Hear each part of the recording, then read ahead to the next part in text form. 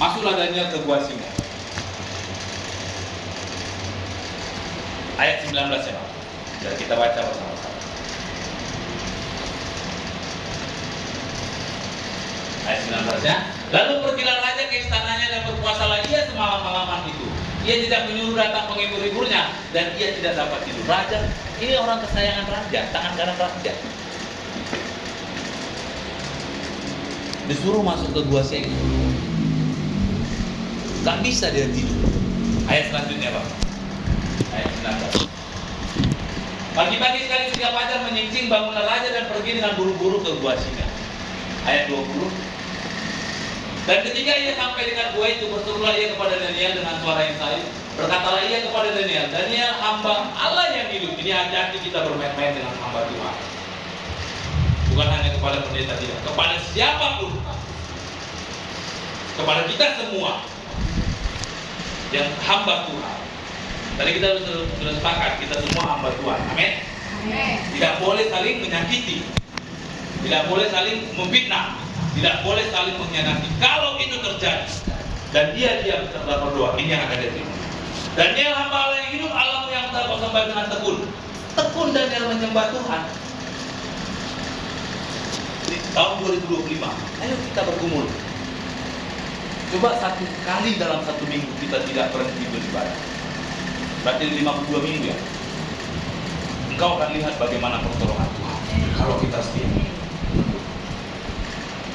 Telah sanggupkah ia melepaskan kau dari singa-singa itu? Ayat 21. Lalu kata Daniel kepada raja, ya rajaku kekal hidupmu di dalam gua singa. Daniel menjawab suara raja. Berarti Daniel tidak mati. Waktu kita punya masalah, tapi kita tetap bisa sembah Tuhan dan kita tetap percaya kepada Tuhan. Di saat itulah Tuhan mau menyatakan mujizatnya. Tadi saya bicara dengan pastor, dia melayani seorang ibu saja, umurnya sudah 65 tahun. Ada tawaran untuk masuk ke agama. Apa dia bilang? Aku sudah 66 tahun ikut Tuhan, gak mau hanya perkara kecil meninggalkan Tuhan. Lalu apa beliau bilang? Aku ingat satu ayat ya, waktu Yesus menyembuhkan orang sakit, ibu janda itu, yang ibu pendarahan yang 34 tahun. Apa yang Yesus bilang? Adakah aku dapati iman seperti ini di bumi? Yang menentukan kita melihat mujizat Tuhan adalah iman kita. Iman bisa dibangun lewat kesetiaan kita kepada Tuhan.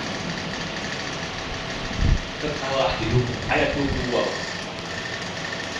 Allahku telah mengutus malaikatnya untuk mengatur mulut singa-singa itu, sehingga mereka tidak mengapa-apakan aku, karena ternyata aku tak tertawa di hadapannya. Bapak Ibu nggak perlu pusing, nggak usah membela diri di hadapan manusia. Mau orang bilang apa, mau orang bilang ini, mau orang bilang itu, nggak jadi soal. Asalkan jangan Tuhan yang bilang kita. Kalau manusia masih bilang kita nggak apa-apa. Apa dikatanya? Nggak apa-apa, karena aku tak bersalah di hadapan. Yang bisa menghakimi kita hanya Tuhan. Orang bilang begini tuh, capek kali saya mikirinya. Penting aku nggak berdosa di hadapan Tuhan. Karena pada akhirnya Bapak Ibu, dari buahnya langkah akan kelihatan. Lihat aja nanti hidupnya. Kayak gini kan, dua orang saya kasih Daniel tadi. Bagaimana nanti akhir hidupnya? Nanti akan kita